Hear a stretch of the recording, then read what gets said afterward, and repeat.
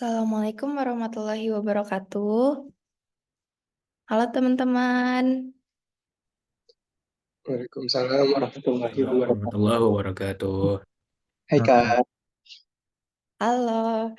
Oke, jadi udah pada tahu kan kali ini kita ada acara Metok. Jadi di sini tuh kita mau berbincang-bincang nih, kita ngobrol-ngobrol mengenai persiapan masuk perkuliahan, terutama untuk prodi kedokteran dan kedokteran hewan.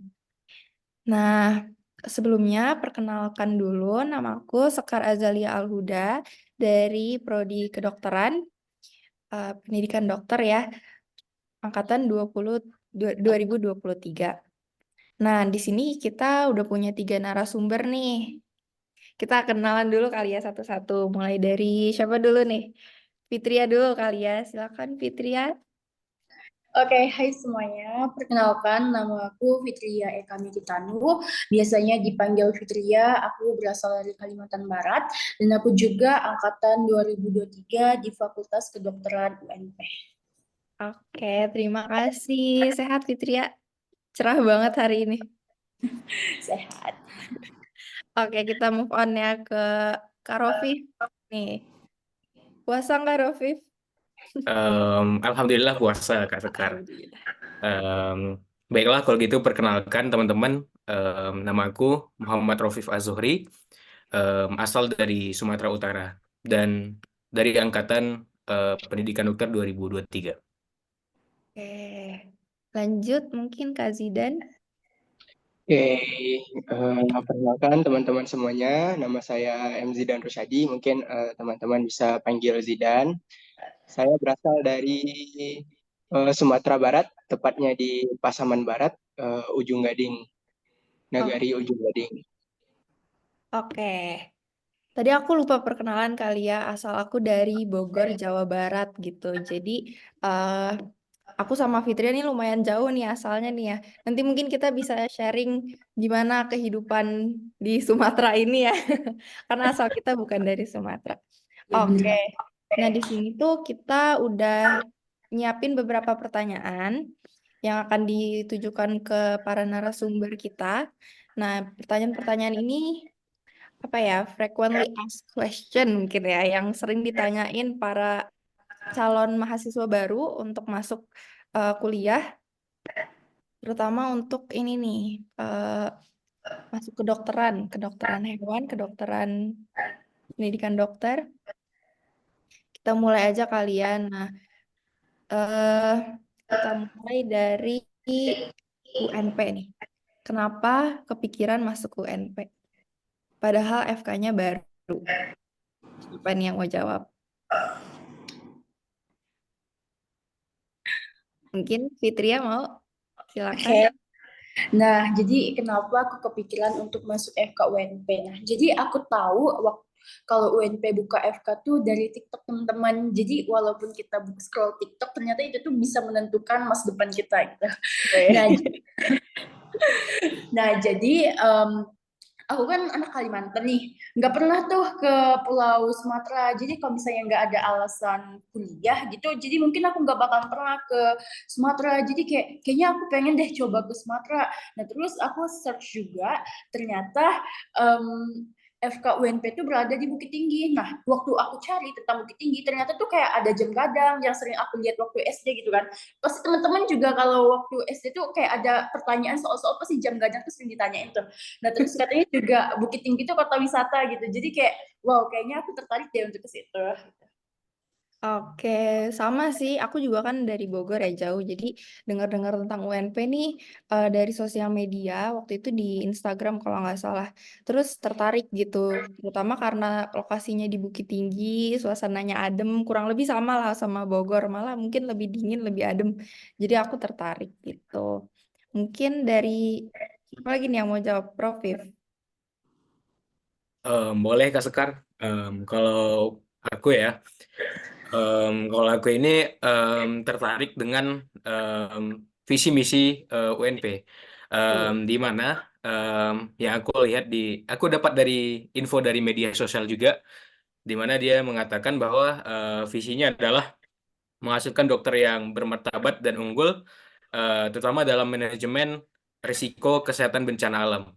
Nah, ini nih menurut aku sesuatu yang unik karena aku itu juga sangat tertarik terhadap sesuatu yang berbau kemanusiaan, gitu kan, Kak? Oh gitu ya. Kebetulan memang fokus kita di mitigasi bencana ya, karena kan di Sumatera ini terkenal ya sering ada bencana gitu. Jadi itu menarik ya buat Rafif ya. Buat aku juga itu menarik. Aku tertarik banget untuk ikut kegiatan-kegiatan sosial kayak gitu. Mungkin kita Zidan mau jawab mungkin? Boleh, Kar. Jadi kalau aku sih kenapa ya milih FKUNP?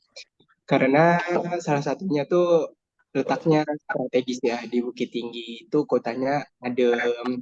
Jadi kita untuk belajar juga enak, nyaman, nggak perlu kepanasan, nggak risih. Terus salah satunya juga karena faktor dari dosen-dosen di FKUNP. Jadi sebelum saya mendaftar di FKUNP itu, aku sempat scroll-scroll tuh, lihat-lihat siapa aja nih dosen-dosen dari FKUNP. Dan setelah di stalking ya, udah dilihat-lihat nih, oh, ternyata dosen-dosen UNP itu keren-keren, masih muda-muda, dan menurut saya itu juga memberikan peluang buat kita untuk lebih berinovasi lagi gitu.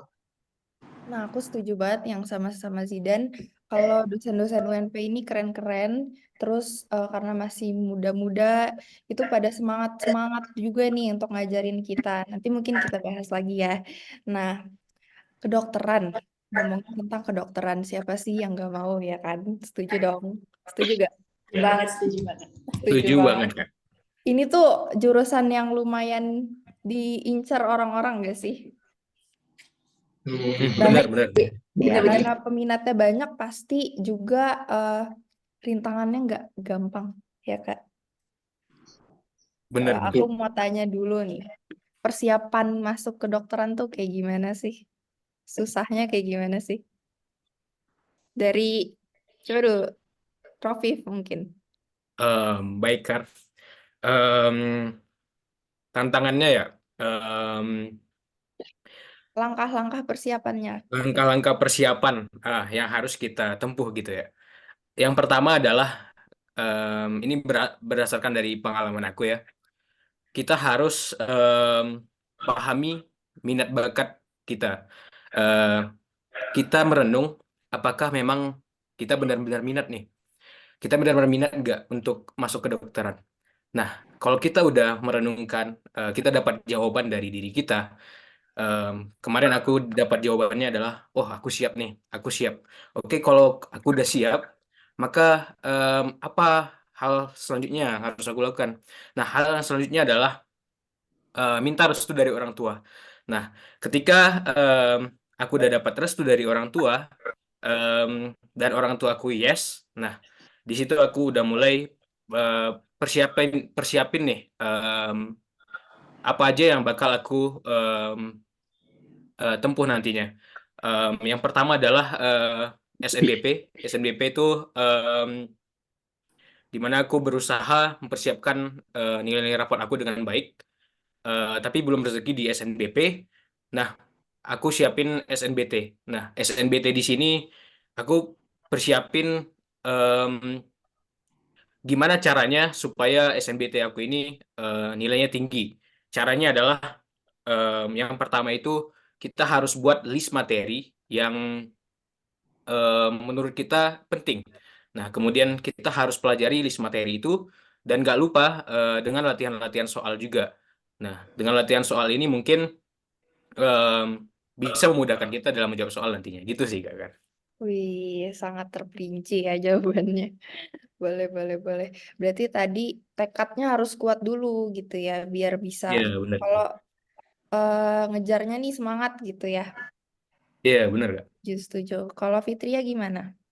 Langkah-langkah yang aku lakuin, yang pertama dari awal SMA, dari kelas 10 itu aku udah kayak tahu nih aku mau kemana. Nah, karena aku emang dari kecil pengen jadi dokter ya. Nah, jadi kayak langkah-langkah yang aku tempuh, di situ aku udah mulai cari bimbel, di situ aku udah mulai kayak bukan rajin banget sih, minat belajar gitu. Jadi kayak frekuensinya lebih banyak belajar daripada main gitu. Nah, jadi sama kayak Rafif, aku berjuang juga awalnya di SNBP tapi ketolak ya. Mungkin teman-teman yang di sini udah nyoba SNBP di FKUNP tapi ketolak. Tenang teman-teman, banyak jalan menuju Roma juga berarti banyak jalan menuju FK. Jadi kayak masih ada kok tes-tes selanjutnya misalnya kayak SNBT. Nah, yang mana di sini yang bisa kita siapkan yang pertama mental sih teman-teman. Jadi kayak menghadapi soal itu nggak cuman sekedar otak aja yang kita latih, tapi mentalnya juga, karena kayak pasti punya tekanan dong, kayak wah ini kesempatan terakhir sih gitu kan. Soalnya kalau misalnya mandiri itu biasanya lebih mikir ke biaya kan teman-teman. Nah, jadi mental yang harus teman-teman siapin gitu. Oke, dari segi belajar, mental, tekadnya itu penting banget ya.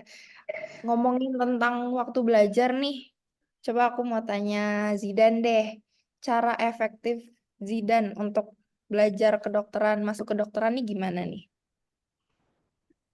Kalau cara saya untuk memanajemen waktu, mempersiapkan belajar buat tes untuk masuk kedokteran itu, saya sudah mulai memanage sejak kelas 10. Karena seperti yang disampaikan oleh Rofif tadi, itu kita memang harus benar-benar yakin apa yang ingin kita gapai, sehingga saat kita telah mengejarnya, kita akan berusaha dengan semaksimal mungkin untuk menggapainya. Nah, di situ saya sudah mulai dari kelas 10, saya sudah mulai ikut bimbel online. Nah, di bimbel online tuh kita bisa ada fiturnya, kita bisa mengatur waktu. Nah, di situ saya mulai menginput jadwal-jadwal saya. Contohnya saat pagi sampai sore itu jadwalnya sekolah ke kelas. Terus sorenya mungkin saya gunakan untuk belajar olahraga biar lebih fresh lagi untuk belajar di malam hari. Nah, di malam hari itu saya nge-push untuk belajar persiapan SNBT. Terus saya juga membuat daftar-daftar nih kegiatan saat kosong, misalnya main gamenya atau olahraganya berapa jam, terus belajarnya maksimal minimalnya berapa jam, gitu sih Kak kalau punya. Oke, wah strateginya nih udah rapi banget ya Zidan ya. Ya begitulah kalau kita sudah menginginkan sesuatu itu. Oke, oke, oke. Kalau siapa ya kita tanya lagi ya. Fitria lagi deh, boleh. Tadi kan strategi Zidan kayak gitu tuh. Kalau strategi khususnya Fitria nih gimana nih yang ngebedain eh apa ya belajar sehari-hari untuk sekolah sama belajar untuk ngejar kuliah gimana nih masuk kuliah? Oke, nah jadi yang pertama kita kan harus fokus di satu tujuan. Nah, kayak apa ya, waktu dari semester 1 sampai semester 5 itu emang aku nge-pushnya emang ke nilai raport gitu. Karena aku lagi berusaha untuk SNBP ya. Nah, tapi mulai dari semester 4 atau ke 11 akhir, itu aku udah mulai belajar persiapan untuk SNBT. Nah, gimana di situ aku udah mulai mengenali diri aku kan, kayak aku tuh efektif belajarnya kapan sih. Nah, ternyata aku tuh sukanya belajar kalau subuh-subuh, kalau malam tuh nggak bisa fokus gitu. Jadi kalau malam aku tidur, subuh-subuhnya aku bangun, jadi aku belajar. Nah, terus juga aku em, ini punya jadwal kapan aku harus try out. Nah, karena apa? TO itu sangat penting loh teman-teman. Karena kalau kita udah terbiasa menghadapi sesuatu, nantinya kalau kita ujian atau pas nanti SNBT itu kayak lebih terlatih aja. Jadi udah nggak kaget. Jadi kita di situ juga kita latihan untuk manage waktunya gitu. Jadi aku bener-bener kayak 1 minggu tuh 3 kali TO gitu. Oke, oke berdasarkan sharing-sharing dari teman-teman nih, aku simpulin berarti kita tuh pertama harus punya tekad yang kuat dulu ya. Terus udah gitu manajemen waktunya itu penting banget. Nah, yang tadi kita bisa ambil juga dari Zidan, ada waktunya belajar, ada waktunya olahraga, itu berarti harus balance ya supaya kita nggak terlalu stres gitu. Nah, ngomongin soal stres nih. Tadi juga sempat dibahas kalau teman-teman ini kita termasuk orang-orang yang gagal di SNBP, betul? Bener. Oke, pasti kan ada rasa down-nya dulu, ya kan ada rasa sedihnya dulu. Nah, gimana sih gitu cara kalian ini mengatasi rasa stresnya, rasa sedihnya untuk segera move on? Ayo kita belajar lagi ini, kita kejar lagi gitu. Silakan Rafif duluan. Baik, Sekar. Jadi sedih itu wajar ya. Em, aku juga ngerasain waktu itu. Tapi kita nggak boleh sedih dalam waktu yang berlarut-larut. Em, kita harus bangkit. Gagal SNBP bukan berarti kita gagal mengejar mimpi kita. Masih banyak jalur-jalur lain yang siap menerima kita untuk menggapai cita-cita kita gitu. Em, Cara aku adalah aku waktu itu makin semangat, em, di mana aku minta support dari orang tua, agar orang tua juga bisa bantu em, mewujudkan cita-cita aku gitu. Nah, di situ aku mulai banyak mendekatkan diri dengan Allah Subhanahu Wa Taala, di mana itu eh, bisa menimbulkan rasa tenang di dalam diri aku dan di situ aku bangkit gitu. Oke, berarti support dari keluarga juga penting ya. Mungkin minta minta didoain gitu, minta restu, minta dikuatin juga. Kalau dari Zidan gimana nih? Kalau aku sih ya, kalau saat kemarin kita gagal dalam SNBT itu, kalau akunya cara menghadapi biar nggak stres, itu awalnya ya emang sedih banget sih. Karena siapa sih yang nggak sedih saat dia gagal kan mencapai impiannya, untuk mencapai impiannya. Dan benar kata Rafif tadi, kita nggak boleh berlarut-larut.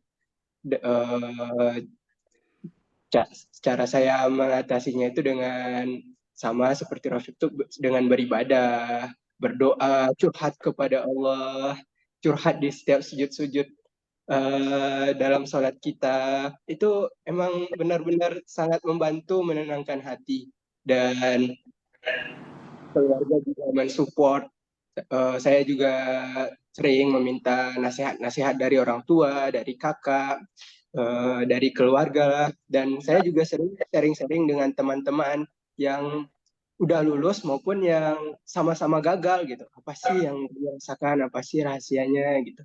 Dan itu juga membuat saya kembali bangkit bahwa perjalanan saya tuh tidak selesai di sini. Saya harus membutuhkan jalan yang lebih panjang untuk mencapai apa yang saya inginkan. Dan disitulah saya mulai bangkit dan kembali bersemangat untuk mencapai apa yang sudah saya inginkan. Gitu sih, Kak. Oke, berarti cara biar nggak sedih-sedih terus, ini tuh juga salah satunya mungkin bisa ngobrol-ngobrol sama temen, baik yang lulus maupun yang nggak lulus gitu ya. Jadi kita dapat dua POV nih, supaya pikiran kita nih lebih cerah gitu ya, biar bisa dapat motivasi lagi untuk belajar gitu ya.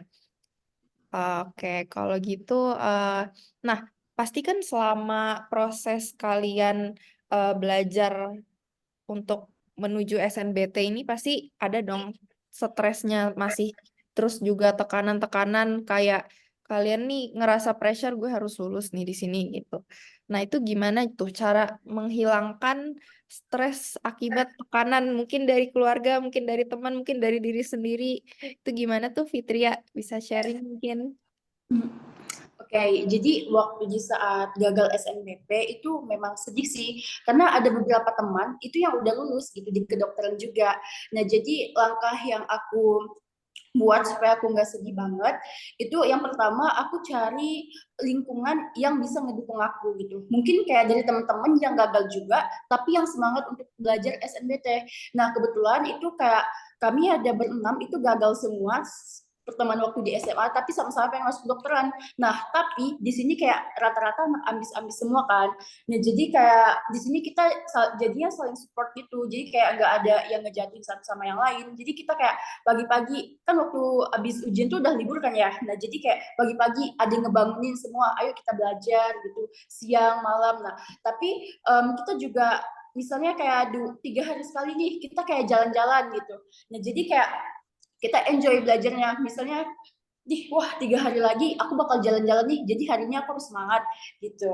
Jadi kayak peran teman itu juga memang membantu mengurangi rasa stres kita, karena kalau kita sendirian ngurung diri di kamar itu kayak malah ningkatin tekanan diri sendiri. Setuju sih, setuju. Aku juga mungkin aku mau share sedikit ya. Jadi memang tekanannya itu ada banget gitu, karena takut bikin orang lain kecewa, terutama keluarga gitu ya. Terus teman-teman juga yang udah sebelumnya nyemangatin, terus kalau misal aku gagal lagi, aduh kayak ngerasa malu ya kan, pasti kan kayak gitu ya. Nah itu aku aku tanemin mindset it's okay gitu.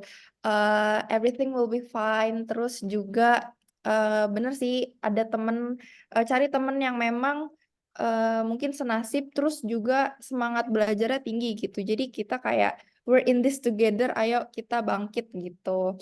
Setuju banget sih, lingkungan itu penting. Terus juga balik lagi tekadnya harus kuat supaya gak gampang down, atau kalau mungkin ya lagi jenuh itu cepet cepet balik lagi untuk semangat lagi gitu. Nah, ngomongin soal belajar-belajar nih untuk masuk kedokteran, ada referensi yang teman-teman rekomendasiin gak buat adik-adik kita mungkin yang mau belajar buat tes SNBT? Sumber-sumbernya silakan Rofif dulu mungkin. Baik kan. Untuk referensi sendiri, kalau aku pribadi itu aku mengacu pada soal-soal beberapa tahun sebelumnya. Menurut aku itu adalah sumber yang cukup akurat gitu.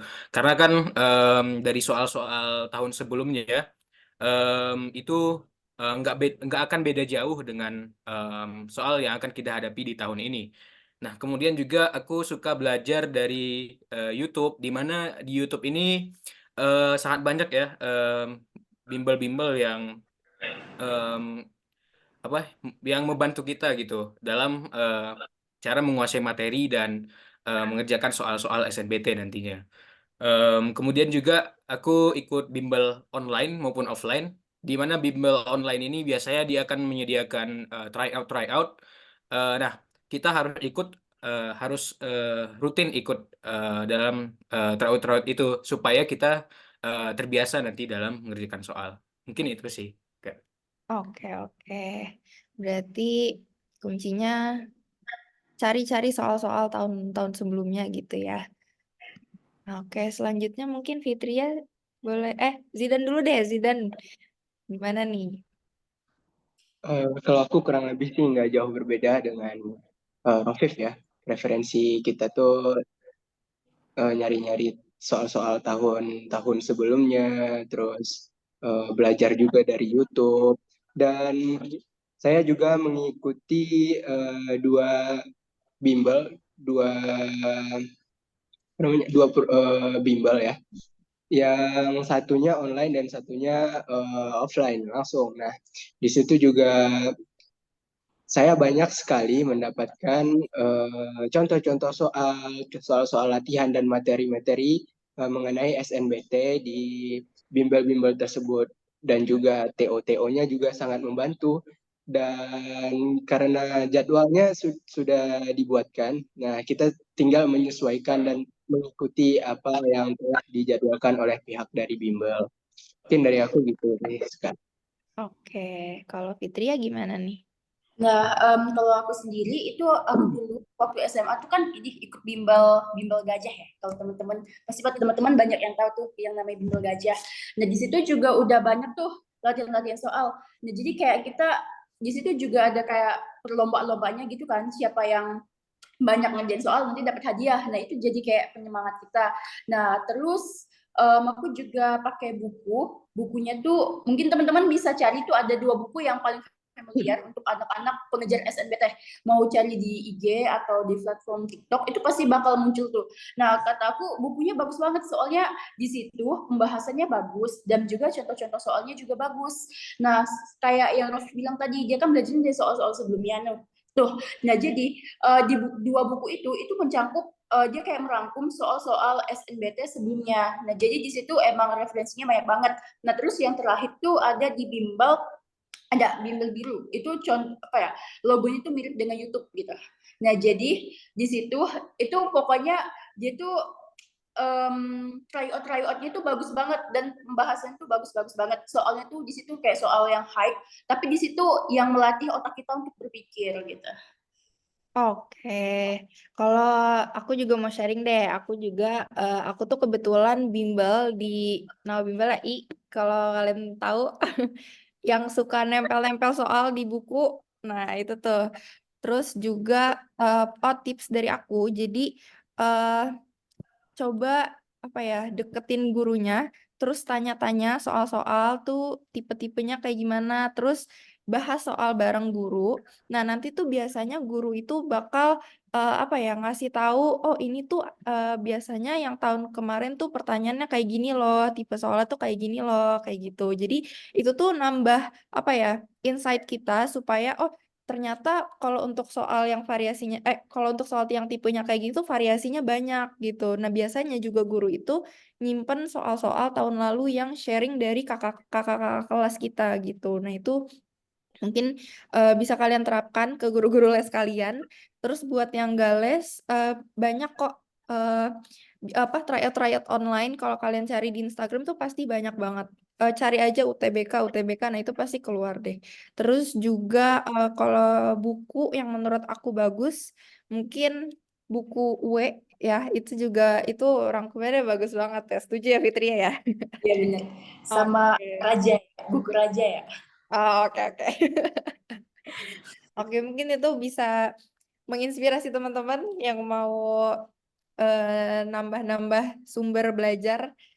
Oke, makasih ya teman-teman. Terus, nah, selama proses kita menuju UTBK atau SNBT ini, ada cerita unik gak nih? Mungkin siapa ya? Fitria deh. Tidak unik ya. Sebenarnya nggak unik-unik banget sih. Nah, jadi ada temen aku satu, dia tuh emang dipaksa sama orang tuanya untuk masuk kedokteran. Nah, tapi dianya tuh nggak mau karena dia takut gitu masuk kedokteran. Jadi dia emang udah dibimbelin, udah dibayarin itu, tapi dia nggak dateng gitu. Nah, terus dia emang kayak berusaha nggak mau belajar, bukan berusaha belajar ya teman-teman, nggak mau belajar supaya nggak lulus kedokteran. Nah, tiba-tiba waktu dia daftar, nah dia juga waktu ngerjain soal itu kayak nembak-nembak aja lah gitu, sesuai feeling. Nah, ternyata nilai UTBK-nya tuh gila tinggi banget teman-teman. Itu masuk ke dalam top 20 Indonesia. Nilai UTBK tinggi se-Indonesia gitu. Nah, jadi kayak abis itu kita semua nangis-nangis gitu kan karena nggak lulus, dia nangis-nangis karena lulus teman-teman. Nah, jadi kayak sebenarnya UTBK tuh ada faktor kehokian, tapi jangan pernah mengharapkan kehokian itu teman-teman, karena nggak semua orang akan dapat kehokian itu, tapi yang paling utama tuh belajar. Oke, itu penting ya belajar itu. Mungkin Rofif, silakan sharing cerita uniknya nih. Baik. Kalau aku akan cerita dari pengalaman aku pribadi. Jadi selama beberapa minggu sebelum ujian itu, aku itu terlalu ambisius menurut aku. Nah, di mana di H-1 ujian, aku itu tidurnya kurang. Nah, aku masih berusaha mencoba nge-push. Sedangkan ujiannya itu besok besok siang. Nah, waktunya siang. Nah, di mana di situ aku tidurnya kurang, kemudian karena ujiannya siang, em, masih ada yang harus aku persiapin sebelum ujian itu. Nah, di situ aku nggak makan siang. Nah, waktu ujian em, mulai muncul tuh keluhan-keluhan yang nggak diharapkan gitu. Em, Waktu kemarin itu aku nggak makan, terus mah aku kambuh. Nah, itu sangat ganggu banget pas ujian dan buat kita nggak fokus di ujian. Nah, saran aku buat teman-teman, H-1 sebelum ujian, itu kita em, tidak perlu memforsir diri. Em, Kita hanya perlu merenung, em, hanya perlu apa, menguatkan diri kita agar semakin percaya diri. Kita jangan terlalu memforsir diri pokoknya. Mungkin itu. Iya, betul banget. Itu kesehatan tuh penting banget karena kalau kita udah sakit, wah itu bisa buyar ya Kak Rofif ya. Iya, bener banget Kak sekarang. Zidan ada nggak nih pengalaman uniknya? Kalau aku sih persiapan sebelum UTBK itu ya. Jadi kan sekolah aku tuh asrama nih. Nah, kita tuh melakukan kerjasama dengan bimbel. Terus saat mungkin sebulan sebelum UTBK, kerjasamanya udah habis. Terus aku nanya nih ke kakak-kakak bimbelnya, apakah masih bisa nggak kita bimbel di pusatnya langsung di luar gitu, nggak di sekolah? Karena kan kita udah di sekolah nih udah diliburkan gitu lah.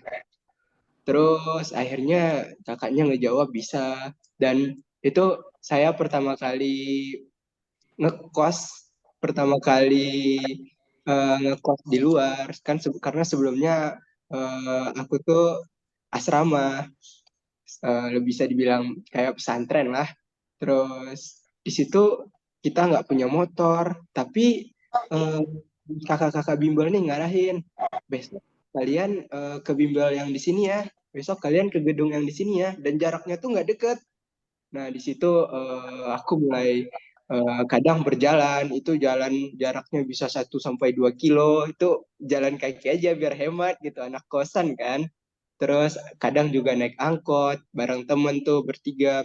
Terus pas sebelum ujiannya tuh aku kan dapat shift pagi. Ujian shift pertama tuh jam 6 pagi tuh harus sudah sampai di UNP Padang karena aku milihnya tes di UNP kan. Terus akhirnya tuh berangkat jam setengah 5 karena jaraknya lumayan ya dari kos aku waktu itu ke kampus. Akhirnya berangkat setengah 5 terus nyari-nyari orang jualan sarapan tuh nggak ketemu. Akhirnya kelihatan McD buka 24 jam. Dah, pesan dah tuh McD.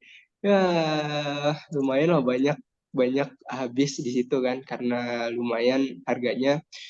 Terus sampai di kampus itu sekitaran jam 5 lewatan lah, sholat subuh, terus sarapan di trotoar-trotoar kampus gitu. Itu sih pengalaman menariknya kalau dari aku kan. Oke, ini unik banget ya yang Zidan ya. Jadi ibaratnya kayak ke-spill duluan kehidupan kampus, ngekos, hektik, nggak punya uang gitu ya.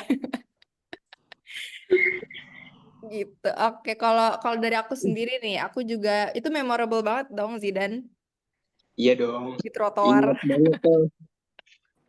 Kalau aku nih, kalau aku tuh pas ketolak, aku entah kenapa aku susah sedih gitu loh, karena kayak udah stres duluan, kayak mikirnya, aduh harus belajar lagi nih, harus kejar lagi nih gitu. Jadinya eh sedih mah sedih, tapi kalau nangis tuh susah gitu. Terus guru-guru les aku kan nggak nangis, aku nggak kelihatan sedih, malah ketawa-tawa gitu. Nah, guru-guru les aku justru yang sedih, malah yang mereka yang manggilin aku terus kayak nanya kamu nggak apa-apa, beneran nggak apa-apa gitu. Itu memorable banget buat aku karena kok jadi orang lain yang lebih peka gitu ya. Nah, itu sih pengalaman unik aku. Jadi malah orang lain yang lebih sedih gitu ya. Nah, kita lanjut deh ke topik selanjutnya nih. Apa ya? Oh, ini mungkin setelah kalian tuh lulus SNBT apa enggak sih? Mandiri Kak. Oh gitu, sensitive question ya, maaf ya. Tapi ini mau menuju pertanyaan selanjutnya nih. Kan mandiri berarti SNBT gak keterima ya. Nah, itu pasti ada rasa tidak percaya diri dong, teman-teman, karena aku juga ngerasa kayak gitu. Setuju gak? Banget Kak. Oke. Mungkin Fitria dulu nih bisa sharing cara mengatasi rasa ketidakpercayaan diri menghadapi teman-teman, menghadapi keluarga sendiri mungkin gimana nih? Oke, jadi waktu awal aku gagal di SNB itu aku beneran yang kayak menutup diri gitu. Nah, jadi kan itu kalau nggak salah kita pengumumannya tanggal 20 ya. Nah, tanggal 21-nya itu, 21 Juninya, itu kayak sahabat deket aku, itu ulang tahun. Tapi aku nggak, aku tuh kan yang paling kayak gas-gas aja gitu kalau diajak kemana-mana gitu. Tiba-tiba di situ kayak emang yang udah mengurung diri, aku yang biasanya sering ketawa-ketawa gini-gini, itu jadi yang kayak nolep gitu loh di dalam kamar terus sampai selama 1 minggu terus nggak makan, tapi yang aku senang di situ berat badan aku nurun gitu. Nah jadi abis itu cara aku supaya bangkit lagi itu memang aku disupport banget sama orang tua aku, kayak bilang nggak apa-apa masih ada mandiri kok gitu-gitu kan. Kalau ini kita coba-coba aja dulu, usaha aja dulu gitu. Nah jadi selain itu aku tuh kayak akan scroll TikTok nih, aku kayak lihat-lihat orang-orang lulus kedokteran gitu kayak pakai just lab foto-foto gitu lah di story IG. Jadi aku tuh kayak udah membayangkan diri aku tuh udah nanti aku bakalan jadi anak kedokteran kok gitu. Aku udah pokoknya di dalam hati aku kayak bilang enggak, aku tahun ini pasti masuk kedokteran. Nah jadi nanti aku bakal bikin story juga tuh kalau misalnya lagi di ini bikin praktikum ini itu gitu. Nah, jadi kayak lebih ini aja membayangkan diri aku kayak orang lain gitu. Oke, bagus nih Fitria. Berarti mindset ya harus diatur dulu nih. Benar. Oke, kalau Zidan gimana nih? Supaya tetap pede gitu. Nggak masalah gue nggak keterima gitu. Gimana nih? Kalau awalnya sih pasti sedih ya, soalnya aku tuh udah yakin banget, ini pas saat jawab soal tuh aku udah lumayan lah, kayaknya bisa nih, bisa keterima gitu. Terus Pak itu posisinya aku ngelihat pengumuman lagi di Jawa, niatnya mau pergi main-main, mau refreshing kan, tuh di rumah kakak tepatnya. Jadi pas buka pengumuman tuh ternyata nggak lulus, akhirnya kayak agak down, pasti down lah ya. Terus karena ada kakak di situ nyemangatin, mereka ngasih support, ngasih dukungan, pasti bisa kok, masih ada mandiri, masih banyak tuh kampus-kampus yang buka mandiri, orang tua juga dukung. Ya udah coba mandiri aja. Itu FKUNP juga ada tuh gitu. Dan pas itu kan masih ya bisa-bisa. Terus yang paling aku ingat tuh support dari kakak tuh mereka tiba-tiba masuk ke kamar aku membawa pizza 2 kotak gitu. Akhirnya tuh kayak seneng banget gitu disupport banget gitu loh. Wah, dari situ tuh mulai bangkit lagi bisa nih demi impian dan demi keluarga gitu. Karena orang tua juga pengen banget kan aku jadi dokter gitu, masuk ke dokteran. Akhirnya disitulah semangat mulai bangkit, mulai-mulai buka lagi aplikasi-aplikasi bimbel, soal-soal TO, bahas lagi. Itu sih kalau dari aku kan. Oke, berarti kepercayaan Zidan ini bisa kita sogok pakai pizza 2 kotak ya. Lebih juga, Kalau Rofif, gimana Zidan? kalau lebih juga nggak apa-apa. Oh gitu. Aduh, boncos dong kita. Kalau Rofif gimana nih Rofif? Kalau aku kan waktu itu cara ningkatin kepercayaan diri aku Mm-mm. setelah tahu nggak lulus dari SNBT, aku coba merenung, mengingat pencapaian yang selama ini telah aku raih sebelumnya gitu. Em, aku ingat aku cocok nggak sih jadi dokter. Em, aku bandingin dengan diri aku yang di masa lalu. Em, Sebenarnya cocok nih. Kalau eh, kepedean itu mulai muncul. em, Mungkin kemarin nggak lulus itu cuma karena ada kendala yang sakit itu aja. Mungkin terlalu ambisius. Nah, itu yang harus diperbaiki. Mungkin itu aja kan. Oke, kalau dari aku sendiri, aku tuh biar aku tetap pede gitu ya. Justru kadang tuh ketakutan kita tuh harus kita lawan gak sih? Nah, aku tuh justru aku kan awalnya nggak pede nih ketemu teman-teman gitu, ketemu guru-guru aku, kayak males ditanya gitu. Tapi justru kalau aku pribadi, ya udah aku ketemuin aja. Maksudnya kalau misalnya mereka mau ketemu gitu, ya udah kita hadepin aja gitu. Justru overthinking kita yang sebelum-sebelumnya takut mereka menganggap kita gimana-gimana gitu tuh justru ketika kita hadapin, oh ternyata nggak kayak gitu kok, mereka justru suportif. Nah itu kan justru jadi apa ya, bikin kita lebih pede gitu. Kita nggak jadi malu, nggak jadi sedih gitu. Terus juga aku tanemin mindset kalau semua orang itu punya pathway-nya masing-masing, punya timingnya masing-masing. Jadi nggak bisa tuh orang ngejudge kita, ih kok lu belum lulus sih gitu. Ya udah nanti kan ada timingnya masing-masing gitu tiap orang. Jadi percaya diri aja, kita punya eh apa ya, punya waktu kita sendiri kapan kita kapan kita ada di atas, kapan kita di bawah. Nanti juga orang lain ada timingnya dia di bawah, ada timingnya dia di atas gitu. Jadi ya itu juga jadi pelajaran buat kita juga sih, gimana caranya kita menghargai orang, menghormati orang. Kita nggak boleh judge orang karena semua orang punya pathway-nya masing-masing gitu. Terus tadi Rafif belajarnya terlalu di-push ya, H-1 masih belajar, masih begadang.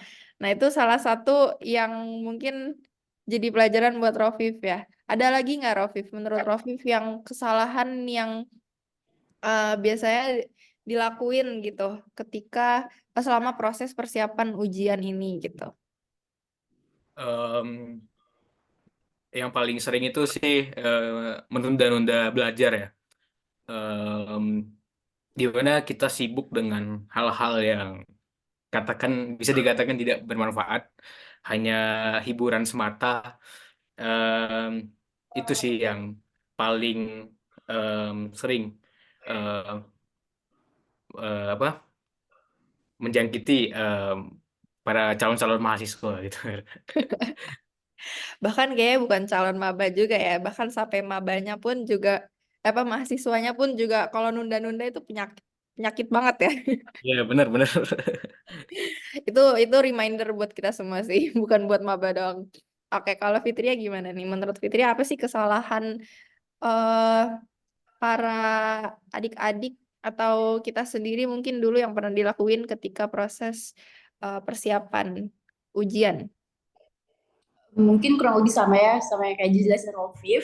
Karena memang kayak kita nganggap, ini mah masih 2 bulan gitu-gitu kan. Ternyata waktu itu kalau berjalan tuh nggak kerasa gitu loh guys. Jadi yang pertama itu emang kayak suka-suka menunda-nunda waktu. Nah, yang kedua itu tuh kitanya nggak pede. Nah, ternyata semakin kesini aku tuh semakin belajar bahwa apa yang kita pikirin itu bisa ini terrealisasikan. Jadi kalau misalnya kita negative thinking kayak kayaknya nggak bisa deh aku ngerjain, aku nggak pede gitu. Ternyata itu tuh beneran terjadi waktu kita UTBK. Nah, jadi memang yang pertama kita nggak boleh nunda-nunda waktu karena ingat teman-teman, kedokteran tuh termasuk jurusan yang sangat diminati oleh orang-orang gitu loh. Jadi kayak saingan kita tuh bukan cuma 1-2 orang, bahkan nyampe ratusan dan ribuan. Jadi kayak kalau kita sekarang lagi santai-santai, toh lawan kita tuh lagi berjuang gitu. Nah, terus yang ketiga itu kesehatan. Nah, percuma kalian otaknya terisi penuh, tapi waktu ujian kalian sakit. Nah, jadi kayak jangan sampai teman-teman, karena aku juga waktu ujian itu demam. Jadi kayak aku ngeblank aja gitu. Apalagi waktu bahasa Indonesia. Padahal tinggal dibaca kan teman-teman, itu kayak jawabannya pasti di situ. Tapi kayak aku mikir, aduh ini apa ya gitu. Nah, terus yang terakhir juga ini kita tuh jarang memanajemen waktu dalam kita ngerjain soal. Nah, kadang karena kita jarang latihan, nanti waktu kayak misalnya di matematika sih ini yang paling krusial. Nah, itu kayak mungkin teman-teman kalau misalnya ngerjain soal itu boleh di timer gitu. Jadi biar lebih termanage aja waktunya. Oke oke. Time is money gitu ya.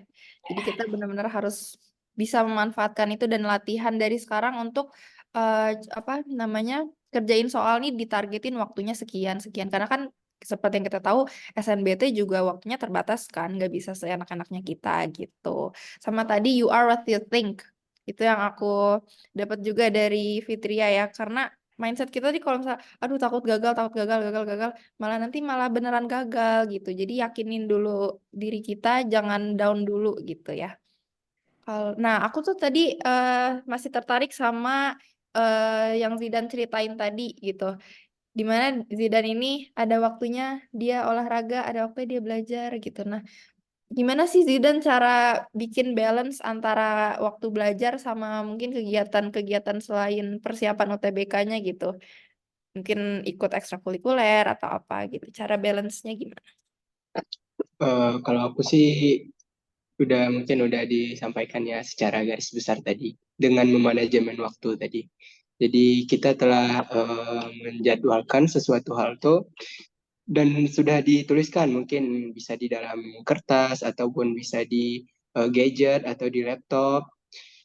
Dan aku juga tuh sering membuat alarm-alarm yang membatasi, misalnya kayak main game gitu. Kayak kita nih hobi main game. Aku dulu tuh hobi banget main game. Nah, kalau main game untuk membatasi biar nggak over banget gitu.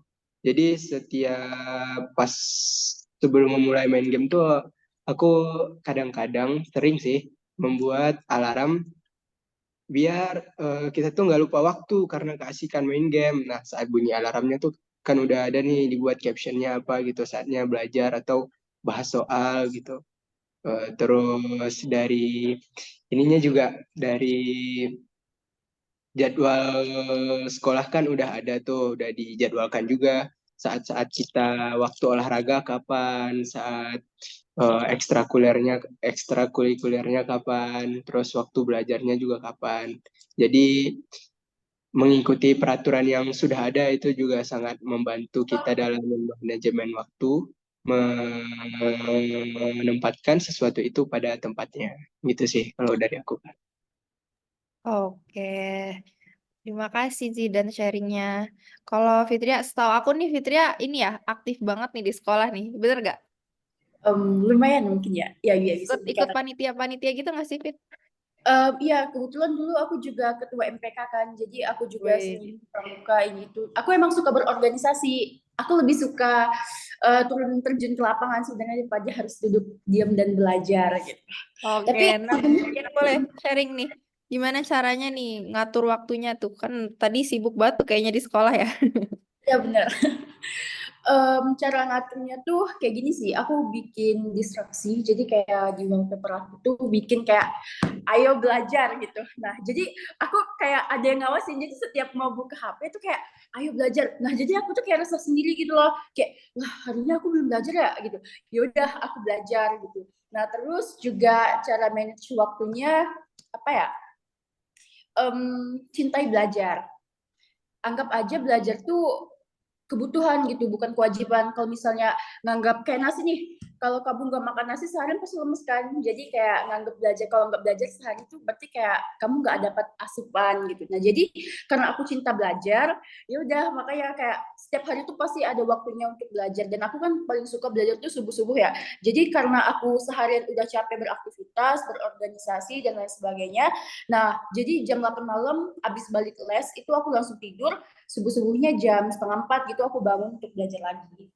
Ya, Oke, berarti ini time managementnya juga penting ya. iya.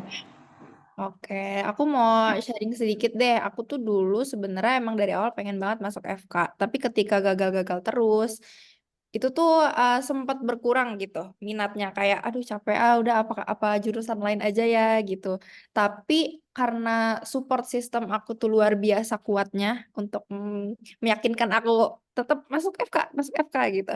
Jadi itu tuh ngaruh banget buat aku. Coba aku mau tanya Rofif deh, punya ini enggak inspirasi atau motivasi utama kamu masuk FK?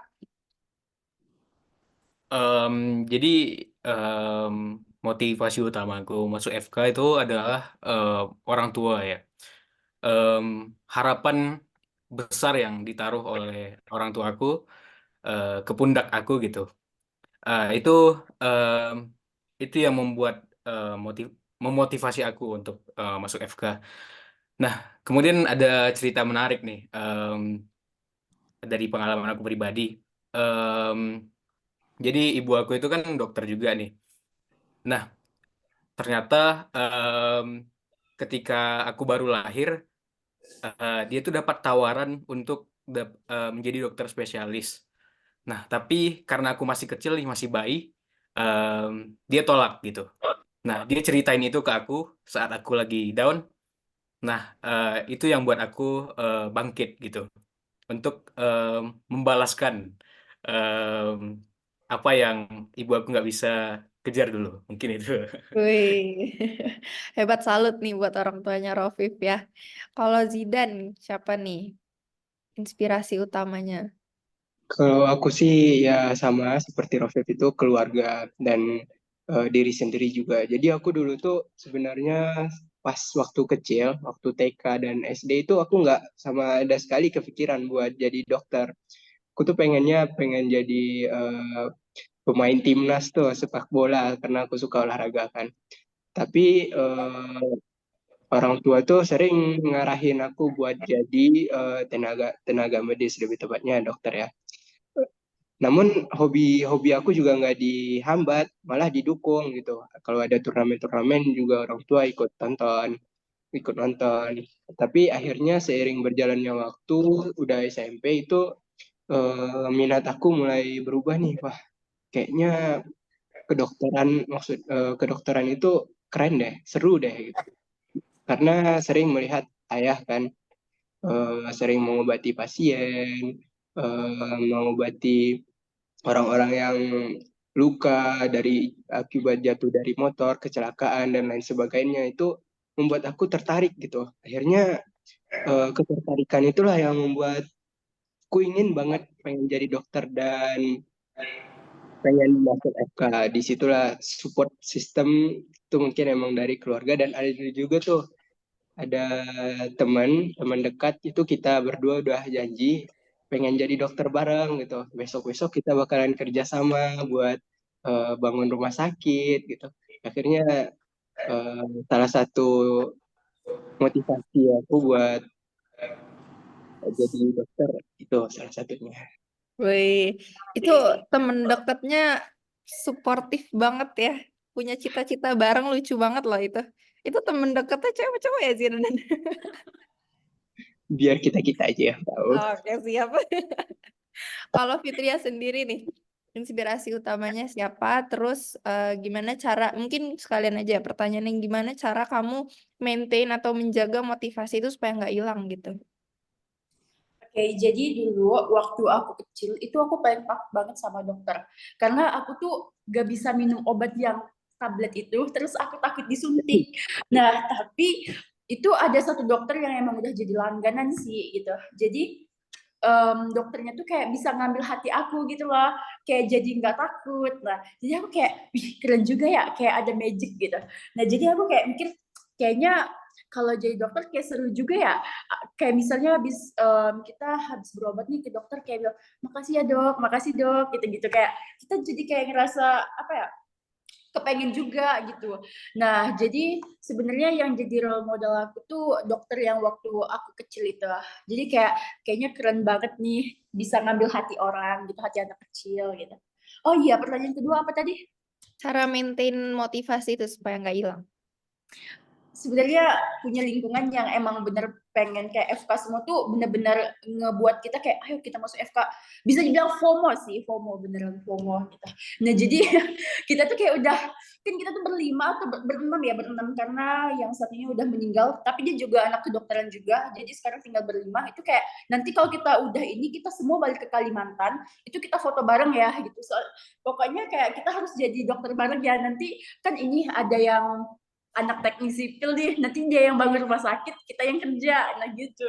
Jadi kayak emang udah janji sama kayak Zidan tadi, jadi kayak janji bareng-bareng berenam untuk jadi dokter gitu. Jadi kayak saling menguatkan antar teman.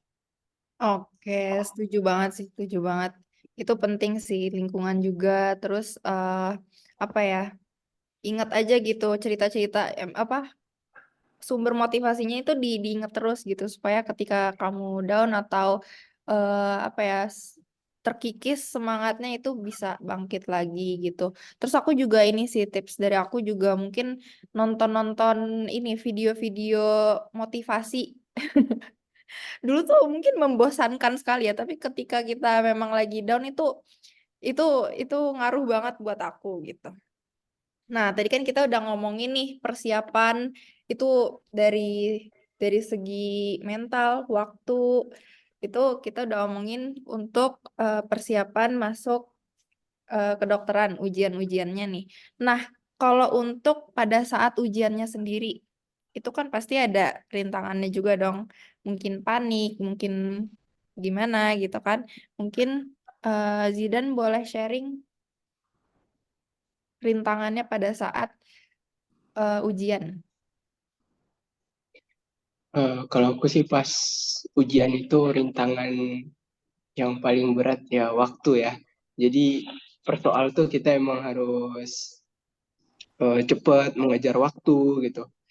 Nah, terkadang saat ujian itu sering banget karena waktunya aku tuh mulai panik, stres gitu. Namun karena kita udah biasa di TO itu menghadapi hal-hal tersebut, karena TO juga aku sering sih mengerjakannya dengan serius ya. Jadi mulai terbiasalah dengan ancaman waktu yang mulai habis. Akhirnya saat ujian itu bisa lebih tenang lah dalam pengerjaannya. Terus pas aku ujian juga itu AC-nya dingin banget sih. Dan itu agak membuat aku kurang nyaman saat ngerjain ujian. Itu sih kalau tantangannya.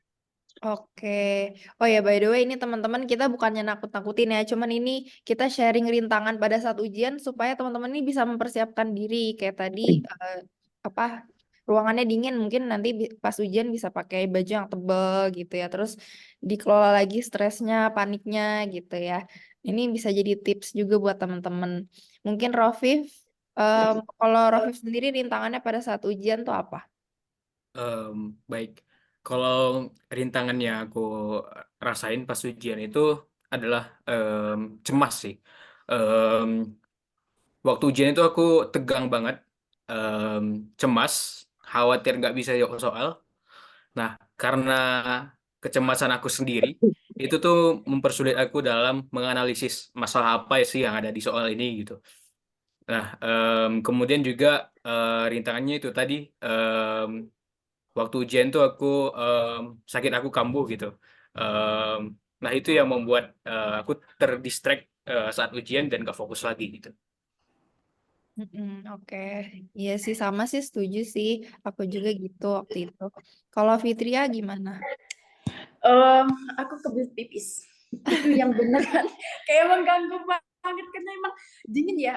Terus aku lihat juga di sosmed tuh rata-rata emang pada bilang kalau ruangannya itu dingin. Nah, mungkin nanti tahun ini juga bakalan dingin kayaknya. Jadi teman-teman persiapin deh pakaiannya gitu. Nah, jadi mungkin karena aku juga cemas, jadi simpatis aku naik kena ke pusat bermiksi ya.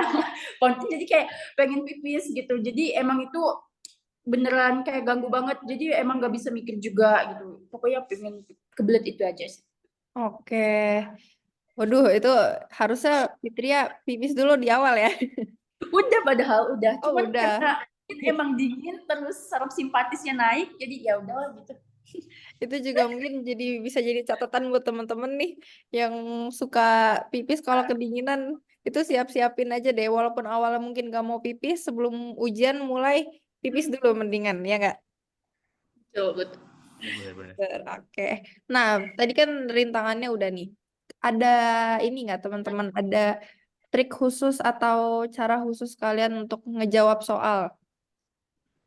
Mungkin mulai dari Rofif dulu kali ya. Trik khusus dalam menjawab soal di SNBT itu yang pertama adalah singkirin soal-soal yang sudah menurut kalian susah. Em, Beralih ke soal yang lebih mudah terlebih dahulu. Nah, ketika yang lebih mudah, yang menurut kalian bisa jawab, itu sudah terjawab. Nah, lalu beralih ke soal-soal yang eh, lebih sulit. Nah, itu mungkin bakal membantu kalian dalam memanage waktu saat ujian, biar lebih efektif dan kalian nggak terpaku pada satu soal gitu. Mungkin itu kan. Oke, oke, oke. Berarti pentingin dulu, dahuluin dulu soal-soal yang memang kalian bisa jawab gitu ya. Iya, benar-benar. Kalau Zidan gimana nih Zidan? Kalau aku sih triknya gini, Kar. Eh, jadi kan waktunya itu sudah ditampilin nih berapa menit untuk setiap paket soalnya. Nah, jumlah soalnya juga udah jelas kan. Jadi aku bagi tuh per soalnya itu aku bikin waktu berapa menit. Jadi saat waktunya udah habis, namun soalnya belum terjawab, aku jawab aja yang rasanya kayak mendekati gitu. Tapi dibuat untuk ragu dulu. Jadi nanti saat mengerjakan yang mudah kan ada tuh waktunya yang lebih. Jadi waktu lebih itu nanti buat ngoreksi yang ragu-ragu tadi, yang saat perjalanan pencairan jawaban belum dapet, namun waktunya udah habis, dikoreksi lagi tadi kan udah dijawab tuh, dikoreksi lagi. Jadi emang dibagi gitu per soalnya berapa waktu yang dibutuhkan. Oke. Kalau Fitria gimana? Kalau aku sih sama kayak Rafif, jadi kalau misalnya mana soal yang aku anggap mudah itu aku kerjain dulu, aku fokus dulu kepada soal yang aku bisa. Nah, terus sisanya untuk soal yang aku nggak bisa, tapi biasanya aku tembak dulu, sistem tembak. Soalnya tuh kadang karena kita mikirin soal, nanti tuh kita malahan kayak nggak kerasa udah berhenti aja waktunya gitu kan, udah masuk ke tes lainnya. Kan sayang tuh ada beberapa soal yang nggak kita jawab. Nah, siapa tahu nih kita nembak malahan benar gitu. Nah, jadi diusahain semua soal tuh diisi ya teman-teman, walaupun misalnya kita emang nggak tahu jawabannya, tapi siapa tahu keberuntungan di pihak kita. Nah, ya aku juga setuju banget tuh sama Fitria, Rofif, sama Zidan. Jadi jangan sampai ada soal yang kosong, yang gak dijawab gitu.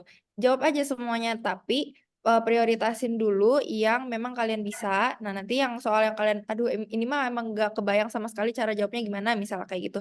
Nah, itu langsung ngasal aja jawabnya gitu. Yang penting kamu jawab, siapa tahu itu benar ya kan. Karena mengingat kalau ujian SNBT itu kan nggak ada sistem minus. Jadi walaupun salah ya udah gitu, nilainya nggak berkurang.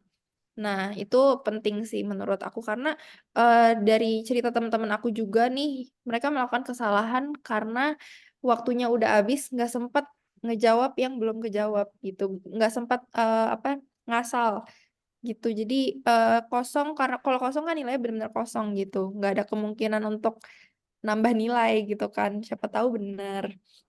Itu sih yang penting buat aku. Sama mungkin tadi apa ya? Hmm, perhatiin waktunya, jangan sampai kalian kelamaan ngotret terus kalian gak lihat waktu, itu bisa fatal sih. Gitu. Oke, mungkin eh ada lagi mungkin yang mau disampaikan dari teman-teman narasumber. Sekiranya tips buat adik-adik nih. Mungkin dari aku nih buat teman-teman yang belum rezekinya keterima di SNBP itu mungkin lebih semangat lagi karena jalan yang kalian tempuh tuh masih panjang. Rintangannya masih ada buat mencapai impian yang kalian inginkan. Jangan mudah menyerah. Mungkin untuk sedih itu wajar saja ya. Tapi seperti yang dikatakan oleh Rofif tadi, jangan sampai berlarut-larut dan menyanyiakan waktu kalian hanya untuk berlarut dalam sedih itu. Lebih baik kalian gunakan untuk mempersiapkan batu loncatan untuk apa namanya menghadapi ujian SNBT di selanjutnya. Gitu sih dari aku kan. Oh iya, aku juga mau ngucapin semangat nih buat teman-teman yang aku dengar nih banyak banget di Instagram juga banyak yang ngadu kalau belum keterima, belum rezekinya untuk masuk di kedokteran atau kedokteran hewan lewat jalur SNBP. Nah, teman-teman jangan sedih. Ya nggak apa-apa sih sedih ya, afirmasi diri, tapi jangan berlarut-larut. Seperti yang kita tadi udah sampaikan ya, kalau stresnya, sedihnya itu bisa dikelola, bisa kalian mindsetnya diperbaiki gitu, semangat karena perjalanan kita masih panjang dan again aku remind lagi kalau eh semua orang tuh punya pathway-nya masing-masing, punya timingnya masing-masing. Jadi jangan ngerasa, aduh gagal nih, gagal. Udah, jangan kayak gitu. Jadi eh apa ya, tetap fokus, kejar lagi. Masih ada SNBT, masih ada Mandiri juga. Mungkin semoga berbincang-bincang kita kali ini bisa membantu teman-teman untuk semangat lagi, untuk bangkit lagi dan menambah inspirasi tadi sumber-sumber belajarnya ya, cara belajarnya juga, cara manage waktunya gimana. Oke, mungkin itu aja kali apa bincang-bincang kita hari ini. Teman-teman ada yang mau disampaikan? Baik dari aku kali ya. Hmm. Untuk teman-teman yang nggak ikut SNBP juga tetap semangat, selalu lakukan hal-hal yang positif, yang mana itu nanti akan mendukung kalian dalam mengejar mimpi kalian. Gini tuh. Oke, dari Fitria. Mungkin saran dari aku ya, anggap kedokteran itu kayak kelas kalian, jadi gebetan kalian. Jadi kayak kalian tuh akan, kalau kalian lagi jatuh cinta, perlakukan itu untuk ke kedokteran gitu. Kalau kalian lagi suka sama orang pasti effort banget kan. Nah gitu juga dengan kedokteran, harus diusahakan. Nggak ada kalian pengen sukses nih, tapi kalian nggak mau mengikuti jalannya, itu nggak mungkin, mungkin aja. Tapi nggak semua orang yang bisa sehoki itu. Nah, jadi anggap kedokteran itu keras kalian dan kejar itu sampai dapat. Gitu. Oke, aku simpulin lagi kali ya. Jadi yang penting itu kalau tadi berdasarkan hasil ngobrol-ngobrol kita tadi nih, yang pertama itu tekadnya dulu. Betul. Tekadnya harus kuat supaya ketika kita gagal atau kita capek itu nanti bangkitnya cepat. Yang kedua, minta restu orang tua.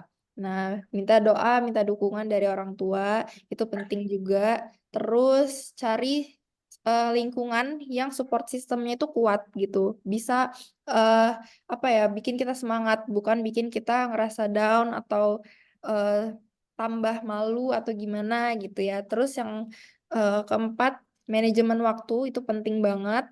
Dari mulai kalian jadwalin belajar, terus juga eh, bikin timing untuk ngerjain soal supaya nanti terlatih saat ngerjain UTBK atau SNBT itu kan ada waktunya. Terus manage juga harus seimbang, harus balance antara belajar sama mainnya gitu supaya kita nggak stres gitu. Sama yang terakhir mungkin tadi eh, masalah apa ya? Hmm, dari waktu udah. Oh, sama mindset, perbaikin mindsetnya gitu. Yang tadi aku udah bilang kalau semua orang punya timingnya masing-masing gitu. Oh, sama yang tadi Fitria bilang, you are what you think. Itu penting juga. Jangan eh, apa ya, downgrade diri kita sendiri gitu. Jangan ngejudge diri kita, ih aku nih kurang banget gini, gini. Ya udah jangan kayak gitu. Tetap tetap fokus, move on. Kita kejar lagi cita-cita kita. Setuju ya teman-teman? Setuju. Setuju banget. Oke, kalau gitu eh, mungkin itu aja yang bisa kita sharing ke teman-teman semuanya. Terima kasih yang udah mendengarkan. Semoga eh, pembicaraan kita kali ini bisa membuat teman-teman semuanya semangat lagi untuk belajar, untuk ngejar FK dan FKH-nya ini. Kita tutup aja kali ya. Aku seperti Zalia Al-Huda pamit. Terima kasih semuanya.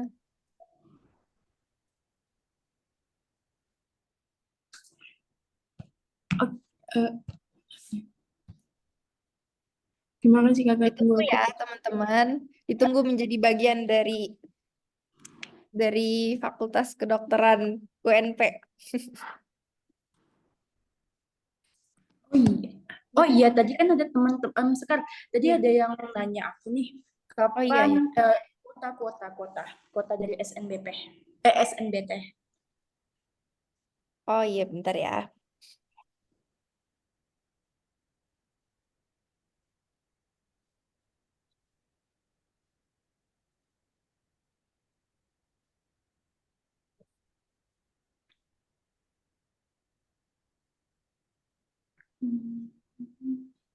Nah, oke. Jadi untuk info-infonya ini juga kalian bisa akses di Instagramnya Kedokteran UNP ya, @kedokteran UNP. Nah, di situ lumayan lengkap. Jadi untuk jumlah mahasiswa FK yang diterima melalui SNBT itu sebanyak 15 orang untuk pendidikan kedokteran dan 22 orang dari kedokteran hewan gitu. Nanti bisa dicek ya Instagramnya. Aku ketik Oke. kali ya, Boleh, biar boleh lebih. mungkin Oke. seleksi mandirinya kapan dibuka ya? Ya, Sekar itu ada yang nanya tuh. Oh iya. Mungkin teman-teman ada yang ingin bertanya, tinggal ini aja, raise hand atau diketik aja di situ. Mungkin aku izin menjawab ya itu. Dari Alia tuh ada pertanyaan. Seleksi mandirinya kapan, Kak? Jadi Alia, untuk seleksi mandiri FKUNP itu Untuk pendaftarannya dimulai dari 4 Mei dari jam 3 sore sampai dari jam 3 sore sampai tanggal 20 Juni 2024. Dan untuk batas pembayarannya itu tanggal 20 Juni pukul 4 sore waktu Indonesia Barat. Terus untuk batas akhir cetak kartu itu pada tanggal 21 Juni 2024 pukul 4 sore waktu Indonesia Barat. Dan untuk jadwal ujiannya itu dilaksanakan pada tanggal 27 Juni sampai 5 Juli 2024. Seleksi mandiri yang Itu Oke. untuk jadwalnya Alia. Makasih Zidan, udah aku bantu ketik juga ya di kolom komentar. Mungkin nanti teman-teman yang ketinggalan bisa dibaca. Ada lagi mungkin yang mau bertanya?